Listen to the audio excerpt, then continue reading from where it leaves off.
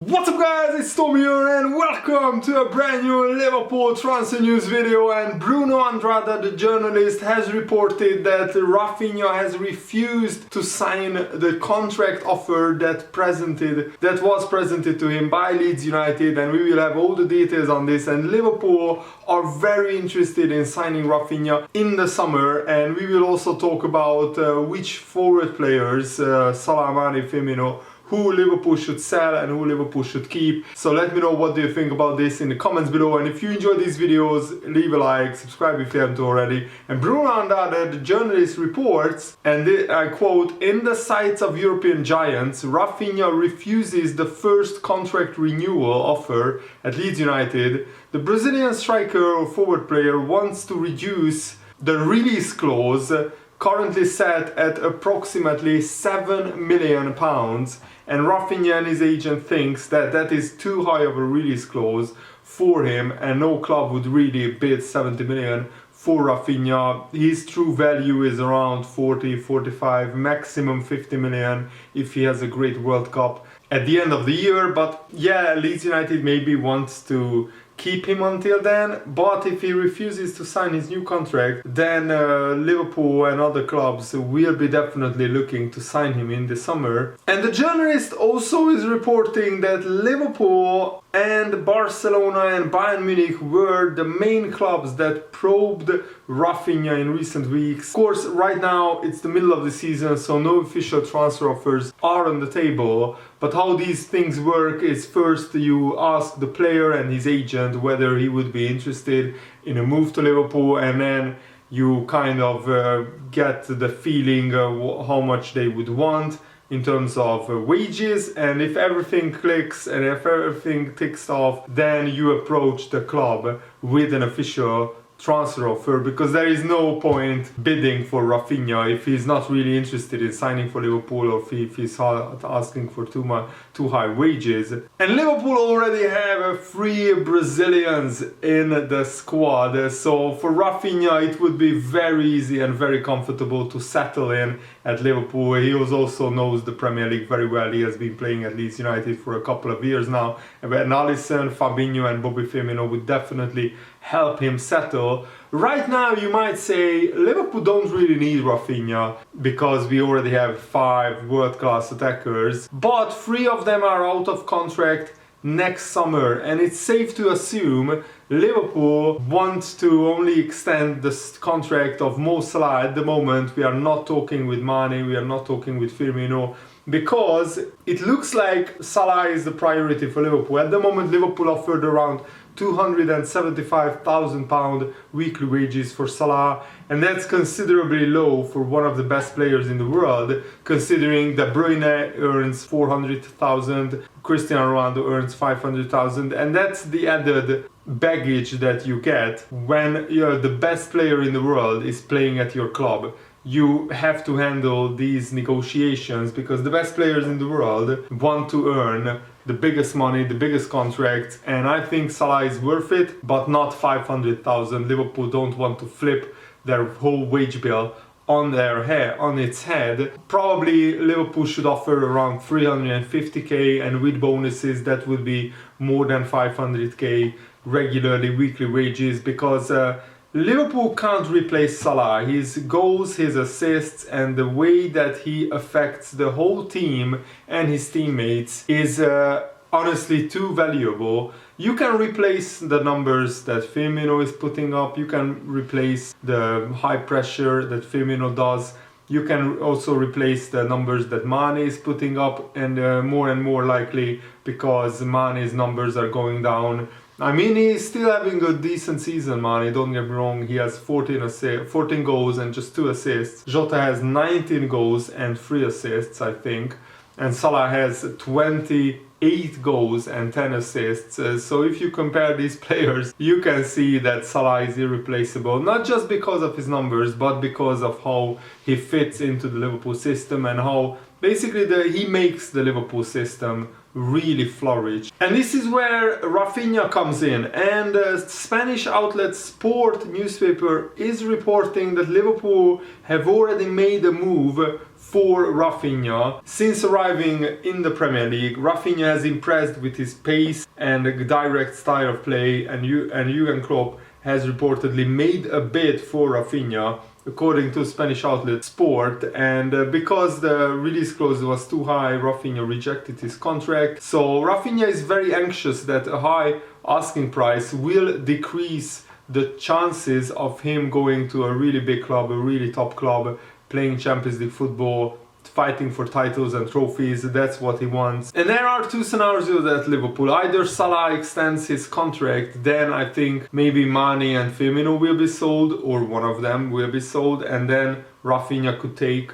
that one player's place. But if Salah's contract cannot be extended, and that is the nightmare scenario that I don't even want to think about, then maybe we will extend the contracts of Firmino and Mane, and we will sell Salah, and then we can bring in Raphinha and whoever else Liverpool want for the near future. And considering Leeds United is just above the relegation zone since their new manager came in just in March, they have had two amazing last-minute victories against Norwich City and Wolves, absolutely amazing victories for Leeds United's season. So they look like a little bit out of trouble.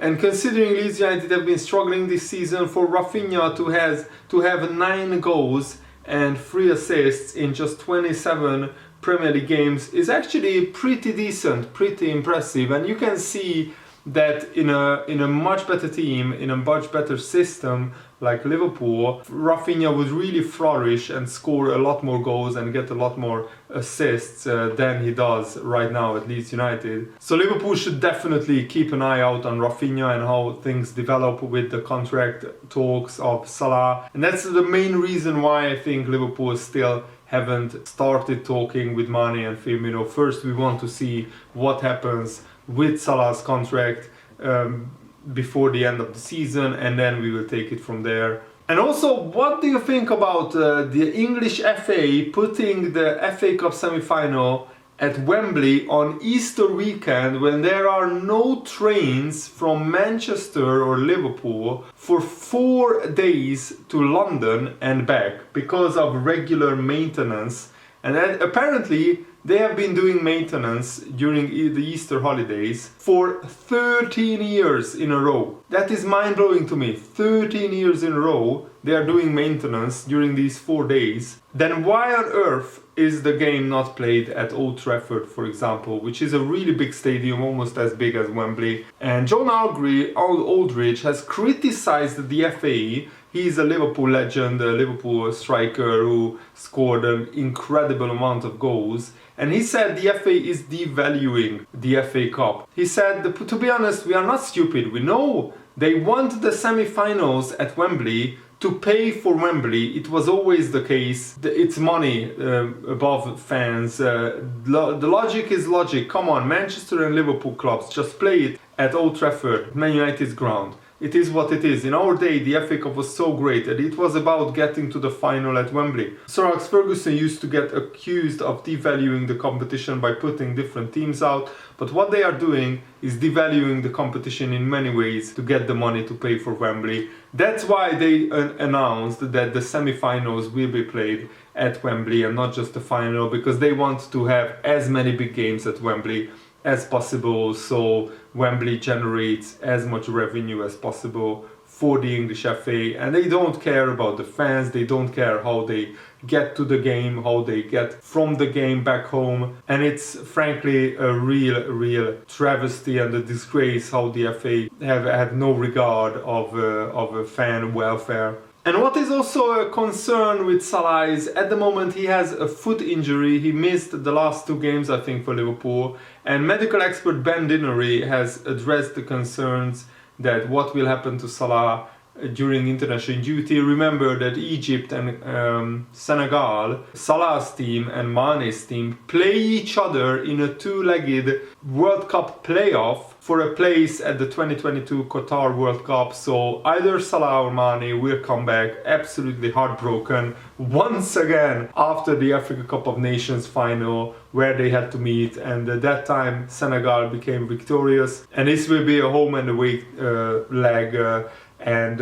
Salah is an injury worry. So Ben Didery said this: it's always a worry whenever any player goes away on international duty. You can do nothing but pray that they go out, they perform as they should, and they come back unscathed. But with Salah, he's in the top 2 players in the world. He's pivotal, he's crucial to this Liverpool team. They are still fighting on all 4 fronts, and he's a man for the big stage who can deliver when they need him the most. They want him back fully fit for the run-in. The concern is that it is a big game for Egypt, huge game, and he's so focused on playing at full pelt for the national team.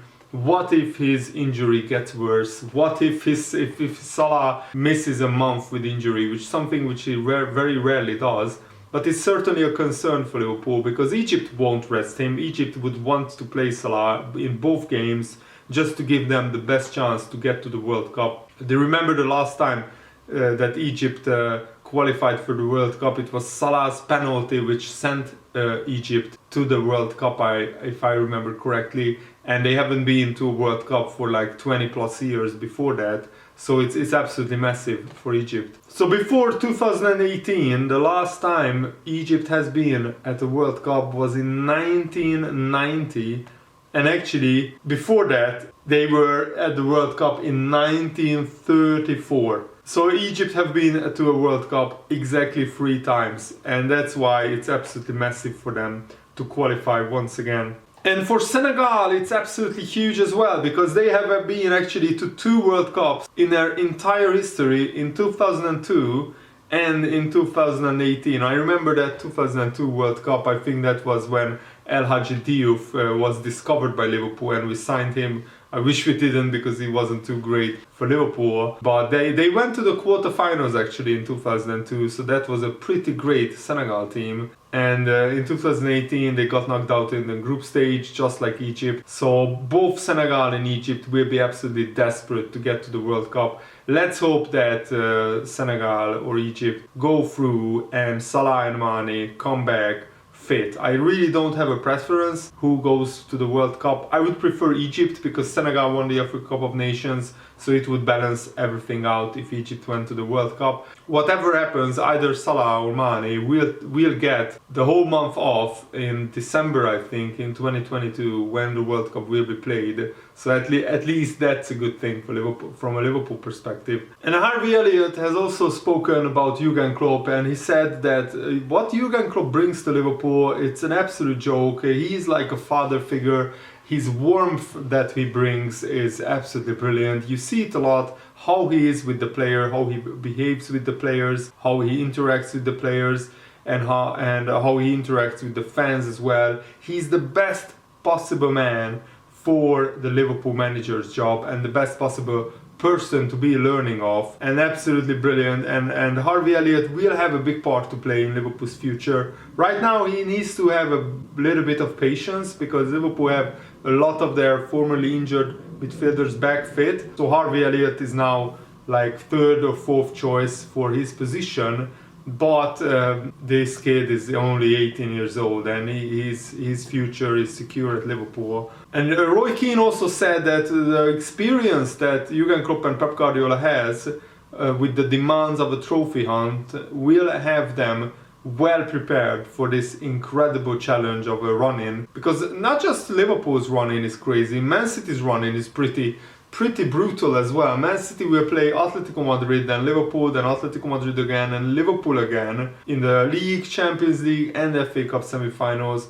And Roy Keane said this is why Jurgen Klopp and Pep Guardiola are the best in the business. They have been on this road before with their club, with their previous clubs. They are used to the demands. Jurgen Klopp's obviously relieved, but he still looks fresh in his interview against Nottingham Forest. These managers look like they are ready for this challenge. They are in safe hands, the clubs with Jurgen Klopp and Pep Guardiola. They have been on this road before, and what an incredible battle it will be for the title, for the Champions League, for the FA Cup, and I'm really looking forward to it. And I'm rubbing my hands together, just looking forward to what these two teams will come up with, and especially what Liverpool will come up with. Let's hope that Salah and Mane come back fit, and all the other Liverpool players come back fit from the internationals. Really looking forward to it. Thanks for watching, guys. Hope you enjoyed this. Have a nice day. See you later. Bye.